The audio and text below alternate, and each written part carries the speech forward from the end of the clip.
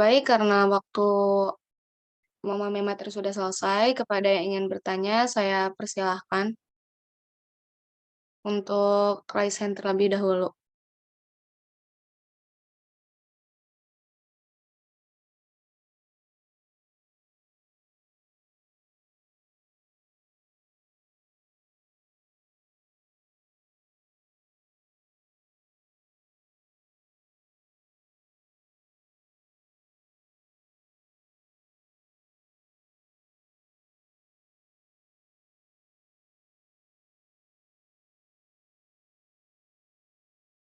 Baik, di sini ada saudari Nabila Ayu Trisyani. Kepada saudari Nabila Ayu Trisyani, saya persilakan untuk menyampaikan pertanyaannya.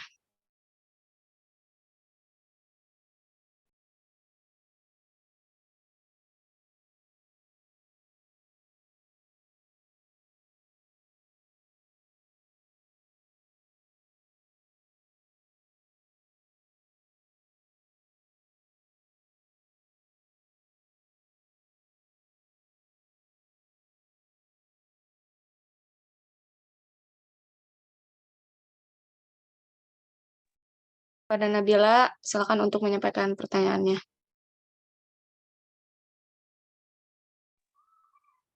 Oke, baik. Terima kasih moderator. Mohon maaf tadi sinyalnya jelek. Oke, sebelumnya perkenalkan nama saya Nabila Istisyani dengan NPM 212103036 dari kelompok 1. Langsung aja ke pertanyaannya. Jika ada seorang siswa yang suka membuli, baik itu berupa ucapan ataupun berbentuk fisik, kepada teman atau bahkan kepada orang yang lebih tua gitu, apa hal tersebut termasuk ke dalam hasil belajar yang tidak optimal? Lalu bagaimana solusi teman-teman kelompok 7 jika menghadapi siswa seperti itu? Terima kasih. Baik, terima kasih kepada Nabila. Mungkin di sini kami akan berdiskusi terlebih dahulu, kurang lebih 5 menit untuk mencari jawabannya. Mohon ditunggu.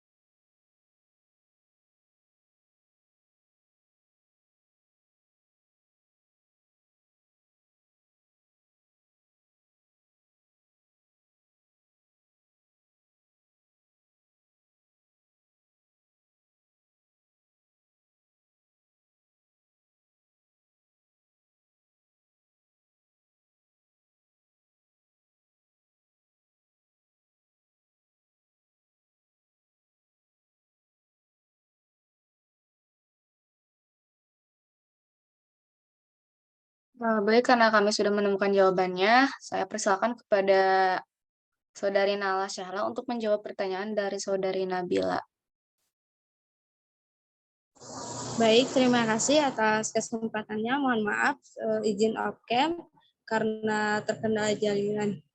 Jadi di sini saya akan menjawab pertanyaan dari Saudari Nabila dengan pertanyaan, jika ada seorang siswa yang suka membuli berupa ucapan atau berbentuk fisik, baik kepada teman atau bahkan kepada orang tua, apa hal tersebut termasuk ke dalam hasil belajar yang tidak optimal? Lalu bagaimana solusi dari kelompok kami jika menghadapi siswa seperti itu?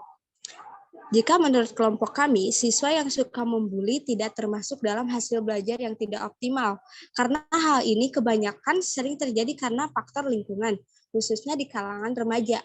Perilaku bullying pada anak disebabkan banyak hal. Menurut MC Daudal, dalam diri setiap orang terdapat insting untuk menyerang dan berkelahi. Dorongan dari naluri ini yaitu rasa marah karena suatu hal, terutama karena merasa terancam atau kebutuhannya tidak terpenuhi.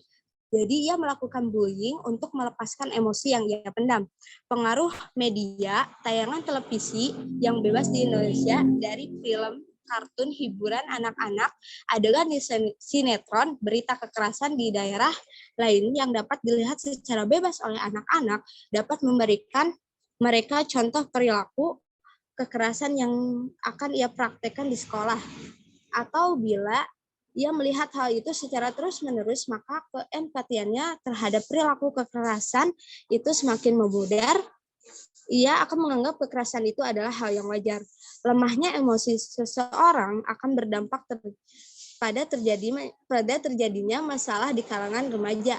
Misalnya bullying yang sekarang kembali mencuat di media. Kekerasan di sekolah ibarat fenomena gunung es yang nampak ke permukaannya hanya sebagian kecil saja. Akan terus berulang jika tidak ditangani secara tepat dan berkesinambungan dari akar persoalannya. Karena meresahkannya, pemerintah didesak untuk menangani masalah ini secara serius. Bullying adalah suatu bentuk kekerasan anak atau child abuse yang dilakukan teman sebaya kepada seorang anak yang lebih rendah atau lebih lemah untuk mendapatkan keuntungan atau kepuasan tertentu. Biasanya bullying terjadi berulang kali, bahkan ada yang dilakukan secara sistematis. Dan menjamurnya kasus-kasus bullying yang ada di lembaga pendidikan di Indonesia, khususnya di lingkungan sekolah. Pada umumnya, anak laki-laki lebih banyak menggunakan bullying secara fisik dan anak wanita lebih banyak menggunakan bullying secara rasional atau emosional. Namun keduanya sama-sama menggunakan bullying verbal. Perbedaan ini lebih berkaitan dengan pola sosialisasi yang terjadi antara anak laki-laki dan perempuan. Bullying dapat terjadi di mana saja, di perkotaan, pedesaan, sekolah negeri, sekolah swasta, di waktu sekolah maupun di luar waktu sekolah. Bullying terjadi karena interaksi dari berbagai faktor yang berasal dari pelaku, korban, dan lingkungan di mana bullying tersebut terjadi. Terkait dengan konsekuensi bullying, penelitian Banks tahun 1993 dalam Northwest Regional Education Laboratory tahun 2001 dan dalam Amnesty tahun 2009 menunjukkan bahwa perilaku bullying berkontribusi terhadap rendahnya tingkat kehadiran, rendahnya prestasi akademik siswa, rendahnya self-esteem, tingginya depresi, tingginya kenakalan remaja, dan kejahatan orang dewasa. Dampak negatif bullying juga tampak pada penurunan skor tes kecerdasan atau IQ dan kemampuan analisis siswa. Berbagai penelitian juga menunjukkan hubungan antara bullying dengan meningkatnya depresi dan agresi.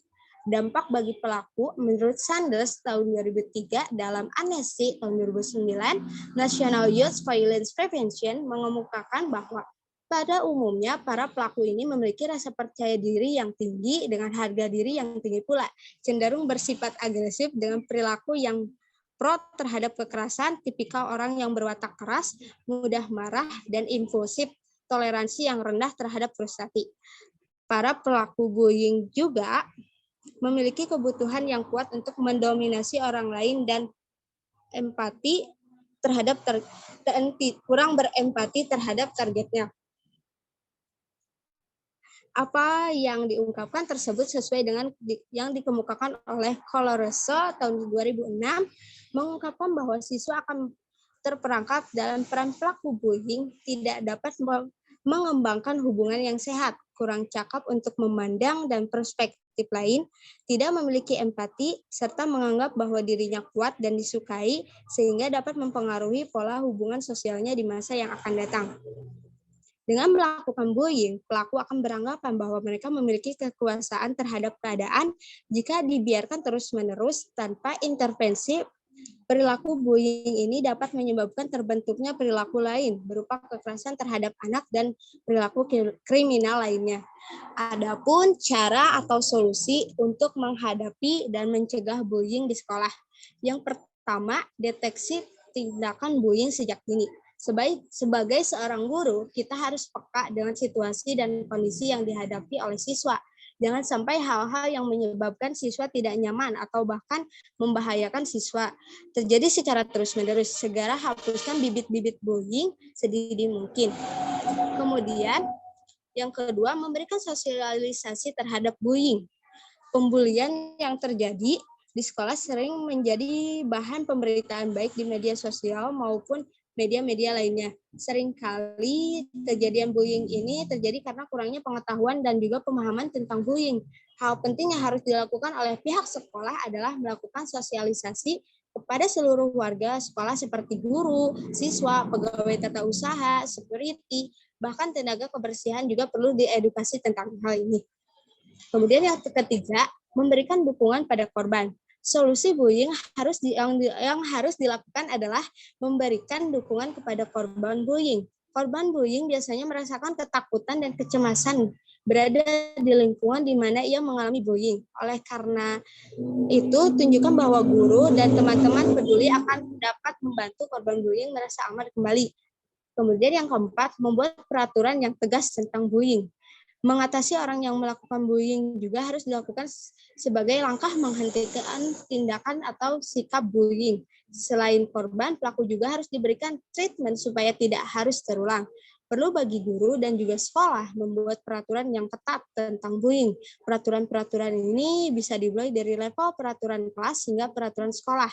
Dengan demikian, semua orang akan tahu konsekuensi yang didapat ketika terjadi pembulian. Kemudian yang terakhir, mengajarkan siswa untuk melawan bullying. Bentuk perlawanan terhadap tindakan perundungan atau bullying tidak harus dengan cara kekerasan atau melakukan hal yang sama dengan pembuliannya. Salah satu cara melawan bullying adalah dengan berani melaporkan tindakan bullying terhadap gurunya. Dengan begitu, guru dan pihak sekolah akan dapat segera mengambil tindakan untuk menghentikan pembulian. Saya kembalikan pada moderator. Terima kasih. Baik, terima kasih untuk Saudari Nala untuk telah menjawab pertanyaan dari Saudari Nabila. Bagaimana teman-teman, apakah ada yang ingin menambahkan atau memberikan menyanggah? Jika tidak, bagaimana Saudari Nabila, apakah jawabannya telah merasa cukup? Sudah sangat jelas, terima kasih. Baik, terima kasih. Untuk yang selanjutnya mungkin karena kita sudah berada di akhir kegiatan, akhir ditutup. Sebelum saya menutup diskusi kali ini, izinkan saya sebagai moderator untuk menyimpulkan materi yang disampaikan dari kelompok 7. Yang pertama yaitu evaluasi merupakan suatu kegiatan mengumpulkan data dan informasi mengenai kemampuan belajar peserta didik untuk menilai sudah sejauh mana program yang telah berjalan, dan juga sebagai suatu alat untuk menentukan apakah tujuan pendidikan dan proses pembelajaran dalam mengembangkan ilmu pengetahuan telah berlangsung sebagaimana mestinya. Evaluasi bertujuan untuk mengetahui tingkat pencapaian peserta didik dalam suatu proses pembelajaran, sekaligus untuk memahami peserta didik tentang sejauh mana dapat memberikan bantuan terhadap kekurangan-kekurangan peserta didik, dengan tujuan menempatkan peserta didik pada situasi pembelajaran yang lebih tepat sesuai dengan tingkat kemampuan yang dimilikinya. Sedangkan fungsi evaluasi untuk membantu proses, kemajuan, dan perkembangan hasil belajar peserta didik secara berkesinambungan, dan sekaligus dapat mengetahui kemampuan dan kelemahan peserta didik pada bidang studi tertentu. Sekaligus dapat memberikan informasi kepada orang tua atau wali peserta didik mengenai penentuan kenaikan kelas atau penentuan kelulusan peserta didik. Demikian presentasi kelompok 7.